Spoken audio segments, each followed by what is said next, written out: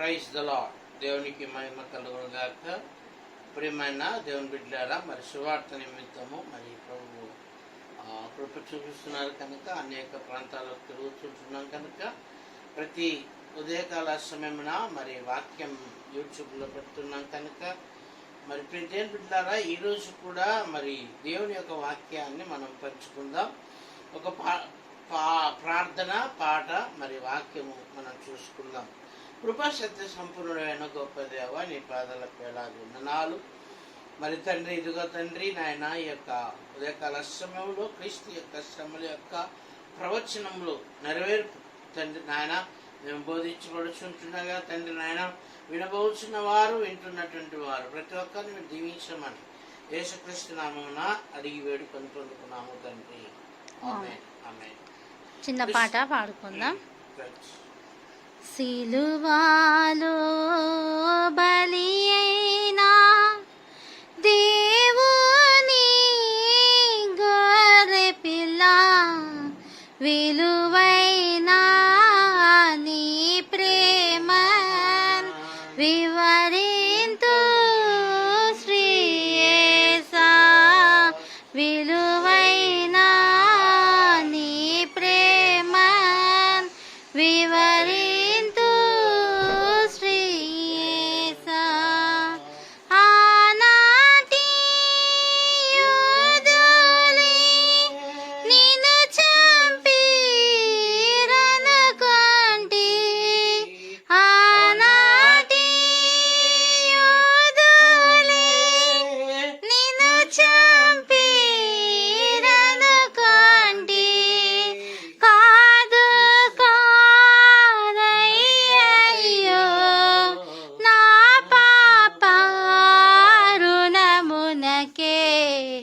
సిలువాలో బలి అయినా దేవుని గొర్రె పిల్ల, విలువైన నీ ప్రేమ వివరింతు శ్రీ యేసా.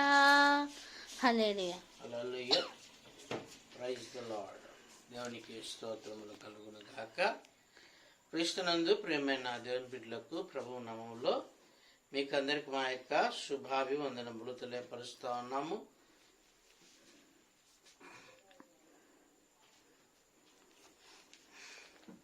Praise the lord. మరి యేసుక్రీస్తు ప్రభు యొక్క శ్రమలు యొక్క ప్రవచనాలు నెరవేర్పు ఏనంటి శ్రమల యొక్క ప్రవచనాల యొక్క నెరవేర్పులోనికి మనం చూస్తూ ఉన్నాం. మరి యెషయా ప్రవచన గ్రంథము 53వ అధ్యాయము 7వ వచనమును ఒకసారి మనం చూసుకుందాం. అతడు దౌర్జన్యమునందెను, బాధింపబడినను అతడు నోరు తెరవలేదు. వదకు తేబడిన గొర్రె పిల్లయు, బొచ్చు కత్తిరించు వాని ఎదుట గొర్రెయు మౌనంగా ఉండునట్లు అతడు నోరు తెరవలేదు. చిన్న ప్రార్థన. కృపా సత్య సంపూర్ణమైన గొప్ప దేవ, నీ పాదాలకు వేలాది వందనాలు. బోధించబడినటువంటి చదవబడినటువంటి వాక్యము మరి ప్రభువా తండ్రి మేము బోధిస్తూ ఉండగా నాయన, వినిచిన నీ బిడ్డలు ఇంకా బలపరచమని ప్రార్థన చేస్తూ నా నోటి మాటలుగా కాక నీ నోటి మాటలతో నీ బిడ్డలతో మాట్లాడమని యేసు నామములో అడిగి వేడుకొని పొందుకున్నాము తండ్రి. ఆమేన్.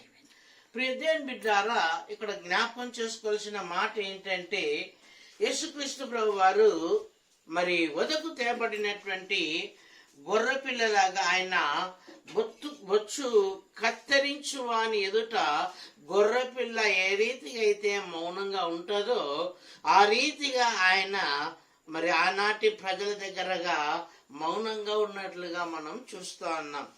ప్రియ దేవుని బిడ్డలారా, ఇది యేసుక్రీస్తు ప్రభు వారి యొక్క ప్రవచనం. అయితే యేసుక్రీస్తు యొక్క ప్రవచన నెరవేర్పు ఎక్కడ మనకు నెరవేరింది అని అంటే మత్తయి రాసిన సువార్తలో మరి మనకు నెరవేరింది. ప్రియ దేవుని బిడ్డ, మత్తయి రాసిన సువార్త 26 62వ వచనం ఒకసారి చదువుకుందాం. ప్రధాన యాజకుడు లేచి, నీవు ఉత్తరమేమియో చెప్పవా, వీరు నీ మీద పలుకుచున్న సాక్ష్యమేమని అడగగా యేసు ఊరకుండెను. ప్రధాన యాజకుడు లేచి యేసుక్రీస్తు ప్రభు వారిని ప్రశ్నిస్తా ఉన్నారు. ఏమని అంటే, నువ్వు ఉత్తరం ఏం చెప్పవా, మాట్లాడవా, నోరు లేదా అన్నట్టుగా చెప్తా ఉన్నాడు. ఇది ఎక్కడ నెరవేరింది అంటే మత్తయి రాసిన సువార్తలో నూతన నిబంధనలో మనం నెరవేరినట్లుగా మనం చూస్తున్నాం. ప్రియమైన బిడ్డలారా, ఈ యొక్క శ్రమల దినాలలో మన యొక్క ప్రభు యొక్క ప్రవచనాల యొక్క నెరవేర్పులోనికి మనము వస్తున్నాం. ప్రియమైన బిడ్డలారా, అయితే ఇక్కడ జ్ఞాపకం చేసుకోవాల్సిన మాట ఏంటంటే, ప్రియమైన బిడ్డలారా, యేసుక్రీస్తు ప్రభు వారు మౌనంగా నిలబడినట్లుగా మనం చూస్తూ ఉంటున్నాం. మౌనము కదా.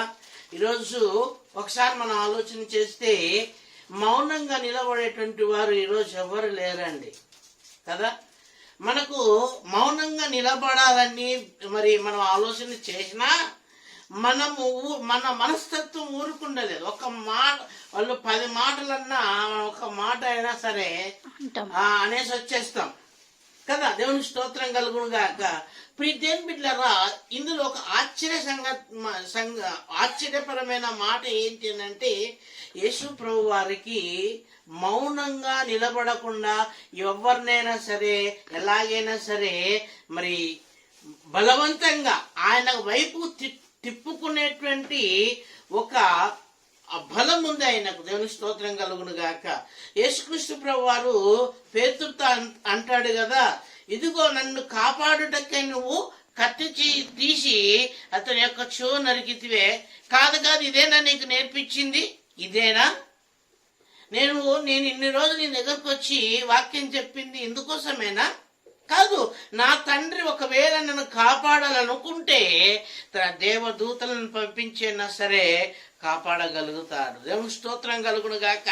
ఆయనకు అన్ని విషయాల్లో చేతనైతుంది. కానీ ఆయన మౌనిగా ఉన్నాడు. ఎందుకున్నాడు మౌనిగా అనంటే, ఏమీ చేయలేక కాదు.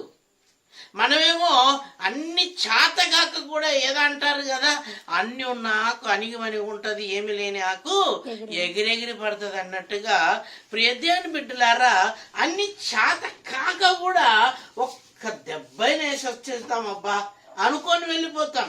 కానీ ప్రియదేవుని బిడ్డలారా, యేసుక్రీస్తు ప్రభు వారు అధికారం కలిగినటువంటి దేవుడు. సృష్టినంతటిని కూడా ఆయన చేసినటువంటి దేవుడు.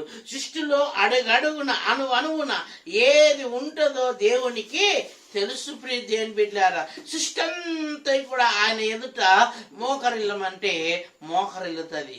ఆకాశ నక్షత్రములు కూడా ఆయన ఎదుట మోకరిల్లుతుంది. సమస్తము కూడా ఆయన ఎదుట మౌనిగా ఉంటది. ప్రియదేవుని బిడ్డలారా, ఈ యేసుక్రీస్తు ప్రభు వారు అధికారుల దగ్గర ఎందుకు మౌనిగా ఉన్నాడంటే, ప్రియదేవుని బిడ్డలారా, పాపముతో నింపబడిన మన నోరు ఒక రోజు యేసయ్య ఎదుట మనం నిలబడినప్పుడు మౌనిగా ఉండకూడదని. యేసయ్య ఎదుట మనము నిలబడినప్పుడు నువ్వు ఇలా పాపం చేసావు కదా అంటే నోరు మెదలలేం. నువ్వు ఇలాగ వెళ్ళిపోయావు అంటే, ఇదిగో నువ్వు బైబిల్ చదువుతున్నావు కదంటే, అవును ప్రభు అని మనం సమాధానం చెప్పగలగాలి. ప్రతి దానికి ఒక లెక్క అనేది పరలోకములో ఉంటది. ప్రియదేవుని బిడ్డలారా, మాట్లాడిన ప్రతి మాటకు కూడా లెక్క ఉంటది, చేసిన ప్రతి క్రియకు కూడా లెక్క ఉంటది. అందుకే ప్రభు అంటాడు కదా, నా యొద్ద జీతం ఉన్నది. ఏమున్నదంటే ఆయన దగ్గర జీతం ఉంది. ఎందుకు అంటే, వారు చేసిన క్రియల చొప్పున నేను వారికి జీతం ఇచ్చుటకై నేను మరలా రాబోతున్నాను. దేవుని స్తోత్రం కలుగును గాక. అయితే అందుకే అధికారుల దగ్గర ఆయన మౌనిగా నిలబడుతూ ఉన్నప్పుడు, ప్రియదేవుని బిడ్డలారా, అధికారి అంటున్నాడు, నువ్వేం మాట్లాడవా, నీకేం చేత కాదా, నీ నోట్లో నాలుక లేదా అని మాట్లాడుతున్నప్పుడు మౌనిగా ఉన్నాడు. ప్రియదేవుని బిడ్డలారా, ఈ రోజు కూడా మనం చేయవలసినటువంటి క్రియ ఏంటో తెలుసా? మన మీదికి మాటల వర్షాలు వస్తుంటాయి కదా, మాటలు తూటల లాంటివి బాణాలు. ప్రియదేవుని బిడ్డలారా, అవి వాక్యం సెలవిస్తుంది కదా, కత్తి వంటి మాటలు గలవారు వెళ్ళరు. ఏమంటే అంట కత్తి వంటి మాటలు. ఈరోజు ఒక్కరిని చంపాల్సిన అవసరం లేదు ప్రియమైన బిడ్డలారా, కత్తి పెట్టి పొడిచి చంపాల్సిన అవసరం లే.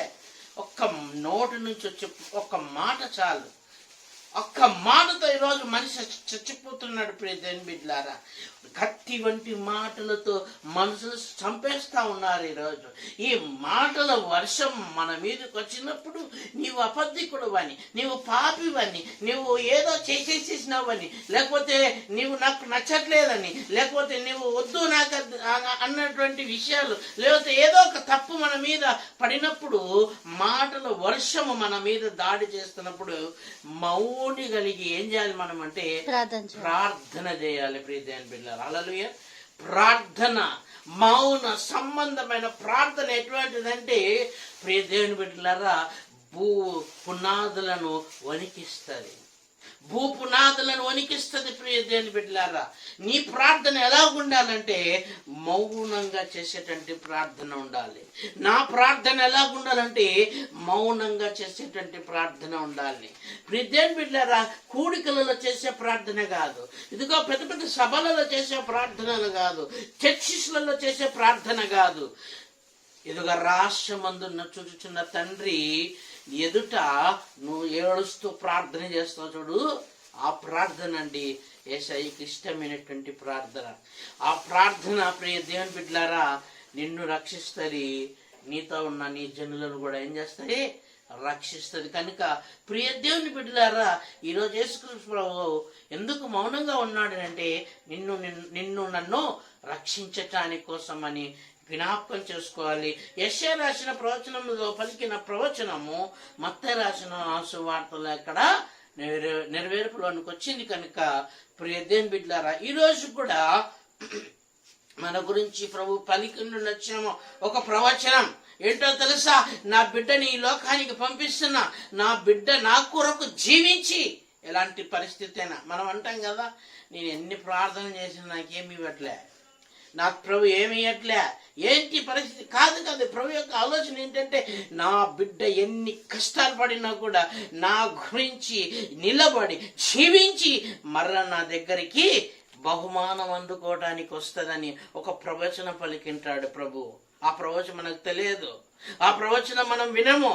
కానీ ప్రభు ఏమంటో తెలుసా? నీవు నీ తల్లి గర్భంలో చేరక మునిపే రక్తపు పిండంగా ఉన్నప్పుడే ఆయన నిన్ను ముద్దు పెట్టుకొని ఈ బిడ్డను నేను లోకానికి పంపిస్తున్నా, తల్లి గర్భంలోనికి పంపిస్తున్నా, ఈ బిడ్డ నా కొరకు జీవించి నాకు మహిమకరంగా ఈ లోకంలో జీవించి ఇదిగో నా దగ్గరికి వస్తాడు, నా కౌగిట్లోకి వస్తాడు అని ఇదిగో ఆయన చేతులు చాచి ఉన్నాడు. నీవు నేను వెళ్ళడమే ఆలస్యం. వెళ్ళాలని చెప్పేసి ఏదో చేసుకొని వెళ్ళాలని కాదు ప్రియ దేవుని బిడ్డలారా. మనం వెళ్ళినప్పుడు ఈ లోక యాత్ర ముగించినప్పుడు ఇలాగ పలుకరిస్తాడండి, ఇలాగ వెల్కమ్ చెప్తాడు. ఏంటో తెలుసా? నా ప్రియుడా, ఇదిగో నా బిడ్డ, నువ్వు ఎన్ని కష్టాలు పడ్డావో నాకు తెలుసు, ఎన్ని దుఃఖాలు పడ్డాయో, ఎన్ని వేదనలు పడ్డావో, ఎన్ని శోధనలు పడ్డావో, ఎన్ని ఇబ్బందులు పడ్డావో నాకు తెలుసు అమ్మా, నాకు తెలుసు నాన్న. భయపడద్దు, ఇక మీదట నీకు ఇంకా వేదనలు ఉండవు, శోధనలు ఉండవు, ఇబ్బందులు ఉండవు, యాతనలు ఉండవు.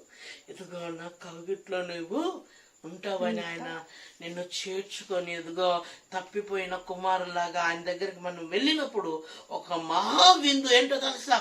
పెళ్లి కుమారుని విందులో మనము ప్రవేశించి ఆయనతో పాటు సంతోషంగా ఉంటాం. కనుక ఈ లోకంలో ఉన్న మనము ఎలాగ జీవించాలనో ఒకసారి ఆలోచన చేసుకో. నింద భరిస్తున్నావైతే బాధపడొద్దు, అయ్యో నా ప్రభు ఇంకా నా కోసం ఏం చేయలేదని బాధపడొద్దు. కానీ నీ ప్రభు ఒకరోజు ఒక క్రియ చేస్తాడంటే తెలుసా? నీవు నీ ప్రభువుతో ఉండటానికి ఆయన మార్గాన్ని సిద్ధపరుస్తున్నాడు. కనుక దేవుడి మాటలు దీవించి ఆస్వాదించి బలపరచునుగాక. ఆమేన్. చిన్న ప్రార్థన. కృపా సత్య సంపూర్ణమైన గొప్ప దేవ, మీ పాదాలకు వేలాది వందనాలు తెలియపరుస్తూ ఉన్నాం నాయన. ఇదిగో తండ్రి, నేను క్రీస్తు యొక్క శ్రమల యొక్క ప్రవచనాల నెరవేర్పు నాయన తండ్రి ధ్యానిస్తుండగా తండ్రి నాయన వింటున్న ప్రతి ఒక్కరిని మీరు దీవించమని, వినబోచున్న ప్రతి ఒక్కరిని బలపరచమని ఆయన, ఈ యొక్క వాక్యం ప్రతి ఒక్కరికి షేర్ చేయలాగా మీరే కృప చూపించమని యేసుక్రీస్తు నామమున అడిగి వేడుకొని పొందుకున్నాము పరమ తండ్రి, ఆమెన్. ప్రైజ్ లాడండి. ఈ వాక్యం మీకు నచ్చితే ఖచ్చితంగా లైక్ చేయండి, షేర్ చేయండి, సబ్స్క్రైబ్ చేసుకోవాల్సిందిగా ప్రభు నామంలో మీకు తెలియపరుస్తా ఉన్నాం. అందరికీ ప్రైజ్ ద లార్డ్.